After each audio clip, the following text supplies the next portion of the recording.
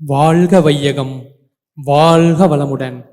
வேதாத்ரி மகரிஷி ஐயாவை வணங்கி, அவையில் வீட்டிருக்கும் பேராசிரிய பெருமக்களை வணங்கி, உங்கள் அனைவருக்கும் எனது பணிவான வணக்கத்தை மகிழ்வோடு தெரிவித்துக் கொண்டு, நான் மனவளக்கலை மன்றத்தில் சேர்வதற்கு காரணமாக இருந்த எனது அருமை நண்பர் ஆசிரியர் சந்தோஷ்குமார் அவர்களுக்கு நன்றி தெரிவித்துக் கொண்டு, நான் முதலிலே 6 மாதத்திற்கு முன்பு 2023 செப்டம்பர் மாதத்திலே மனவளக்கலை மன்றம் தாரமங்கலத்திற்கு சென்ற பொழுது நான் மிகவும் சோர்வாக இருந்தேன்.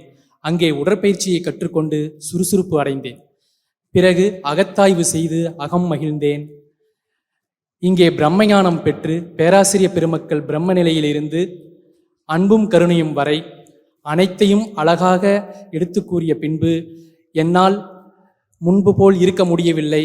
கடந்த 6 மாத காலமாகவே எனக்குள் ஒரு பெரிய மாற்றத்தை நான் உணர்ந்தேன்.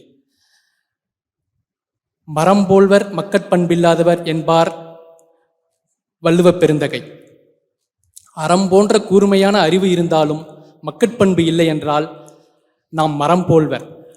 இந்த மனவளக்கலை மன்றத்திற்கு வந்த பின்பு மரம் போல் இருந்த நான் மக்கட்பண்புகள் அனைத்தையும் பெற்று இன்று நான் மகிழ்ச்சி அடைந்திருக்கிறேன்.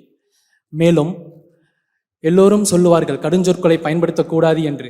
இந்த அன்பும் கருணையும் என்கின்ற இந்த இறுதி வகுப்பிலே அனைத்து உயிர்கள் மீதும் அன்பு கொள்ள வேண்டும் என்கின்ற அந்த உள்ளுணர்வு என் உள்ளத்திலே தூண்டுகின்ற காரணத்தினால் நாம் இதுக்கு முன்பாக வள்ளுவர் சொன்ன அதே கனியிருப்ப காய் கவர்ந்தற்று என்று சொல்லுவார். இனிய உளவாக இன்னாத கூறல் கனியிருப்ப காய் கவர்ந்தற்று. இது எத்தனையோ நல்ல சொற்கள் இருக்கும் பொழுது நாம் மற்றவர்களே கடுஞ்சொற்களை பயன்படுத்தி கொண்டு இருந்து விட்டோமே, இனிமேல் நல்ல சொற்களை மட்டுமே நாம் பயன்படுத்த வேண்டும் என்கின்ற அந்த அகத்திலே எனக்கு ஓர் ஊற்று உருவாகி இருக்கிறது. அந்த வகையிலே இங்கு பேச வாய்ப்பளித்த அனைத்து பேராசிரியர் பெருமக்களுக்கும் ஆன்றோர் பெருமக்களுக்கும் நன்றி கூறி விடைபெறுகின்றேன். மெய்ப்பொருள் காண்பதறிவு. நன்றி, வணக்கம்.